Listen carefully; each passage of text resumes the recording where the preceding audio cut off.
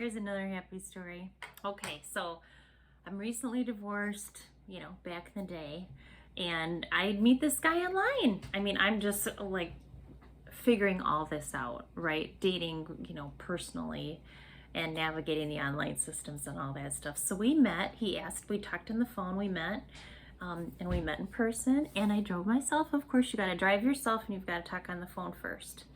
So the sweet thing was, he picked a nice place for us that was just in the middle, low key, where we could talk and get to know each other. So you want to go to a place that's, quiet. You never go to a sports bar. Oh my gosh, they're too loud, too distracting. That's not the atmosphere to get to know anybody. That's for later on when you want to actually watch a game. But in the beginning, you're trying to get to know someone. So yeah, lovely date, great time. Okay, so I liked his profile. We had a great phone conversation and great first date. So we dated a while. We dated a long time. But over time, and this is the hard part, is after a while when you're dating somebody, you discover, what they've gone through. And then you've got to decide, okay, how do I fit into that? And of course, we all have wounds too. So then I'm telling my story, he's telling his story. And I find out that he is recently divorced, but yet had already been in a relationship and fallen in love with another woman within months of his divorce. We all know that's suspicious, right? Okay, what really went on there? Because usually you don't have your marriage end, find somebody to fall in love with, and fall in love and all that super quickly. Yeah, I should have asked more questions, because I found out later he did cheat on his wife and she cheated on him. Okay, so the woman he fell in love with, they're in a band. He's the lead singer of a band. She's the other lead singer in the band. Boundaries, people. They were still in the same band together. He's ripped up. She's now cheated on him too. So he cheated on his wife, and then his new lover cheated on him. And she was bringing her new boyfriend to their shows. They're on stage singing together. They're at rehearsals in her house. And then when they would play out in the, have a concert, so to speak, they're both on stage singing.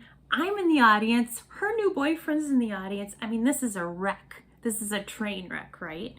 No, he has no boundaries, no self-respect. No, nothing. Now, could I have figured any of this out in his profile or our first few dates or our first couple months of meeting? I mean, no, not really, because this is deep-seated pain. Did I know that he was in pain? Yes. Did I know why? No. Did I know that when we weren't going out, he was going to practice at his ex-girlfriend's house where they had spent many nights, months of nights together, hanging out and playing with her kids? And are you kidding me?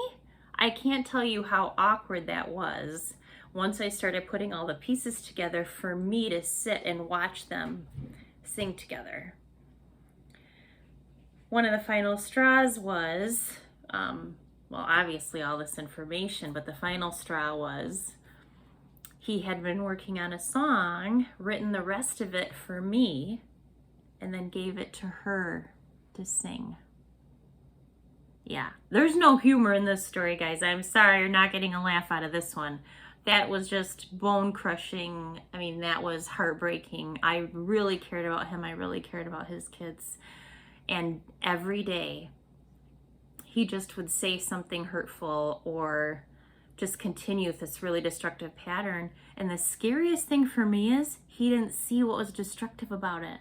He didn't see the lack of boundaries and how he was not only hurting me, but himself and his kids and her boyfriend. And where are her boundaries? What is she doing?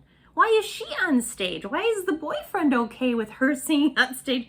Maybe he didn't know, though, that they were lovers and they had both cheated on their spouses with each other. Then she cheated on him. They broke up and they're still hanging out.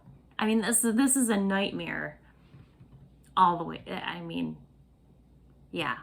Just unforgivable. There's no going back from any of this. This is a very destructive pattern. And yeah, it was not difficult to end it, even though, you know, I cared for him. He's fundamentally a good man, but just right then in his life, a complete train wreck. So look out for those guys. Pay attention when people explain to you their past and their patterns and what they're doing. And boundaries are so important, you guys. Oh my gosh.